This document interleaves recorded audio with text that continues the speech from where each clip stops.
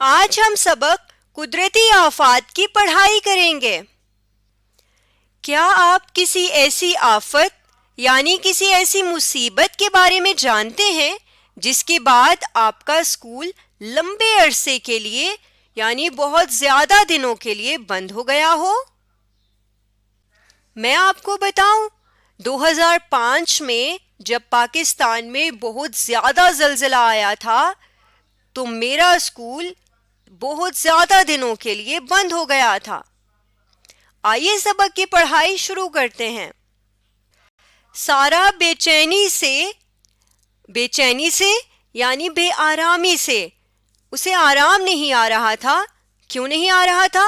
ابو جان کے دفتر سے واپس آنے کا انتظار کر رہی تھی، یعنی وہ یہ چاہتی تھی کہ ابو جان دفتر سے جلدی سے واپس آ جائیں۔ ابو جان گھر واپس آ کر جیسے ہی کھانا کھا کر فارغ ہوئے، سارا کاپی پنسل لیے ان کے پاس آئی اور بولی، ابو جان 3 دن بعد ہمارے اسکول میں تقریری مقابلہ ہے۔ میں نے بھی اس مقابلے میں حصہ لیا ہے، یعنی میں بھی اس مقابلے میں تقریر کروں گی۔ مجھے موضوع سے متعلق یعنی موضوع کے بارے میں کچھ معلومات چاہیے، یعنی موضوع کہتے ہیں ٹاپک کو، جس ٹاپک پر میں نے بات کرنی ہے، میں نے تقریر کرنی ہے، مجھے اس کے بارے میں کچھ معلومات چاہیے۔ کیا آپ میری مدد کر دیں گے؟ ابو جان: جی ضرور، یہ بتائیں کہ آپ کی تقریر کا موضوع کیا ہے؟ سارا: ابو جان، میری تقریر کا موضوع ہے قدرتی آفات۔ آپ مجھے یہ بتائیں کہ قدرتی آفات کیا ہوتی ہیں؟ ابو جان: سارا بیٹا، ایسے قدرتی واقعات کو جن میں انسان کا کوئی عمل دخل نہیں ہوتا لیکن ان واقعات کی وجہ سے انسانی جان اور مال کو نقصان پہنچتا ہے، قدرتی آفات کہتے ہیں۔ عمل دخل نہیں ہوتا یعنی اس میں انسان کا کوئی کام نہیں ہوتا، مطلب کہ انسان ان میں کوئی تبدیلی نہیں کر سکتا۔ واقعات کہتے ہیں کچھ بھی ہونا، واقعہ کی جمع ہے، کچھ بھی ہونا واقعہ کہلاتا ہے۔ اور ایسا قدرتی واقعہ جس میں انسان کچھ بھی نہیں کر سکتا، نہ تو اس واقعے کو لا سکتا ہے اور نہ ہی اس کو لانے سے روک سکتا ہے، یعنی وہ انسان کے بس میں نہیں ہوتے بلکہ وہ اللہ تعالیٰ کی طرف سے ہوتے ہیں، قدرتی ہوتے ہیں۔ اور کیونکہ ان واقعات کی وجہ سے انسان کی جان کو اور اس کے مال کو نقصان پہنچتا ہے، اس لیے اس کو آفات کہتے ہیں، قدرتی آفات۔ آفت کی جمع ہے جس کا مطلب ہے مصیبت، یعنی اللہ تعالیٰ کی طرف سے اگر کوئی آفت آتی ہے یا مصیبت آتی ہے تو اس کو ہم قدرتی آفات کہتے ہیں۔ سارا: ابو جان، قدرتی آفات کون کون سی ہیں؟ ابو جان: سمندری طوفان، سیلاب، زلزلے، آتش فشاں اور آسمانی بجلی وغیرہ قدرتی آفات ہیں۔ یہ دیکھیے، اس طرح کا ہوتا ہے سمندری طوفان، یعنی جب سمندر میں اس طرح بڑی بڑی لہریں اٹھتی ہیں، پانی یوں اٹھ کے گرتا ہے تیزی سے، تو اس کو ہم کہتے ہیں کہ یہ سمندر میں طوفان آ گیا ہے، یعنی سمندری طوفان۔ اور جب بارش ہوتی ہے تو بعض اوقات بارش بہت تیز ہوتی ہے اور بارش کے ساتھ ساتھ آسمان پر اس طرح کی بجلی بھی چمکتی ہے، تو اس کو ہم کہتے ہیں آسمانی بجلی۔ اگر یہ کسی جگہ پر گر جائے تو اس جگہ بہت نقصان ہو جاتا ہے، جیسے اگر یہ کھیتوں میں گر جائے تو کھیت تباہ ہو جاتے ہیں، یعنی خراب ہو جاتے ہیں۔ تو اس طرح آسمانی بجلی بھی ایک قدرتی آفت ہے۔ اور یہ دیکھیے، اس کو ہم کہتے ہیں آتش فشاں۔ جب زمین کے نیچے بہت سی چٹانیں